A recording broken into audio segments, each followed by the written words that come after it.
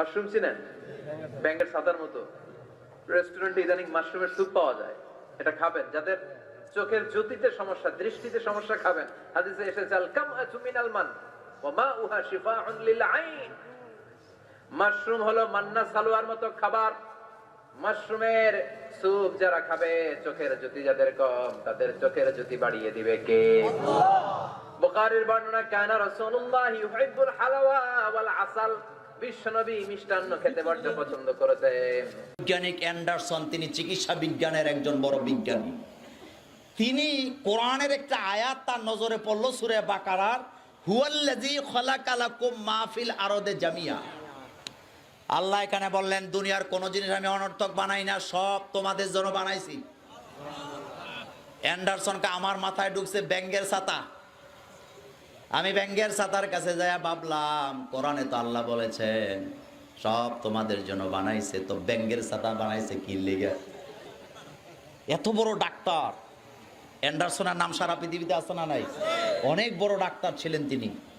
তার মাথায় ঢুকছে যে ব্যাঙের ছাতা কেন বানাইছে। কয় বর্ষাকালে যায় ব্যাঙের ছাতার পাশে দাঁড়াইলাম, দেখি কোনো ব্যাঙ তার নিচে দাঁড়ায় না। নামটাই যেন ভুল, নামটাই যেন, কারণ নাম দিছে কি? আচ্ছা, আপনাদের যাদের মুরব্বী আছেন এখানে, আজ পর্যন্ত বর্ষাকালে কোনো ব্যাঙ, এই যে ব্যাঙের ছাতার নিচে বৃষ্টির সময় বয়ে বয়া এরকমের বৃষ্টি থেকে বাঁচার চেষ্টা করতেছে, এরকম দেখছেন?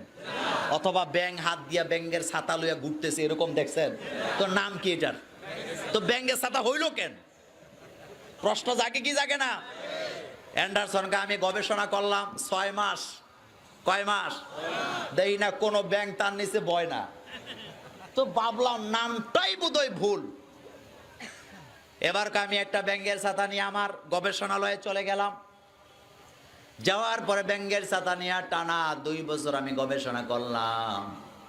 করার পরে আমি আশ্চর্য হয়ে গেলাম, এই ব্যাঙের ছাতার ভিতরে সৃষ্টিকর্তা এত কিছু মানুষের জন্য রেখে দিয়েছে, যেটা জানার পরে আমার চিন্তাধারা বদলে গিয়েছে। তিনি বলেন, ব্যাঙের ছাতার মধ্যে আমি প্রথমেই দেখলাম যে জিনিস, সেটা হলো হার্টের ওষুধ। সুবহানাল্লাহ, বাইজিয়ে কইেন কিসের? 2 নম্বরে দেখলাম যৌনতার অসুখ। 3 নম্বরে দেখলাম মানুষ যখন ক্লান্ত হয়ে যায়, এই মাশরুম যদি একটু খায়, ক্লান্ত দূর করে দিবেন কে? 4 নম্বরে দেখলাম মানুষের হাত পা যখন কাটা যায়, কাটার পরে মানুষ কি নেয়? একটা ইনজেকশন নেয় না? কি লেগে নেয়? কিসের থেকে বাঁচার জন্য? হ্যাঁ, কিসের থেকে বাঁচার জন্য? তিনি বলেন, এই ধনুষ্টঙ্কর থেকে মানুষকে বাঁচাবার জন্য যেই ধরনের উপাদান প্রয়োজন, ব্যাঙের ছাতার মধ্যে আল্লাহ তাআলা 37% রেখে দিয়েছেন। কয় পার্সেন্ট? সুবহানাল্লাহ, আসে না?